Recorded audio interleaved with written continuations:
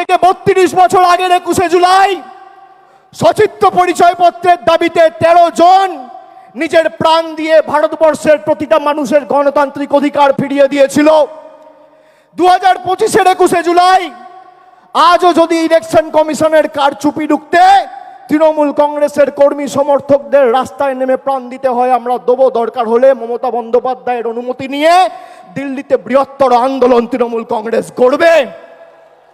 বাংলার ভোটার লিস্টে আমরা কারচুপি করতে দেব না।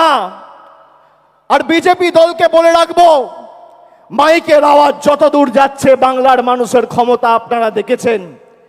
100 দিনের গরিব মানুষের টাকা আপনারা গায়ের জোরে বন্ধ করে রেখেছেন। আমরা দিল্লিতে গেছি আন্দোলন করতে, জনজাতি, মূলবাসী, তপশিলি জাতি, উপজাতি সম্প্রদায়ের প্রতিনিধি, জনপ্রতিনিধি চুলের মুঠি ধরে মহিলাদের টানতে টানতে ছেঁচড়াতে ছেঁচড়াতে আপনারা কৃষি ভবন থেকে দিল্লি পুলিশকে দিয়ে বার করেছে। তার জবাব পেয়েছেন 2024-এ।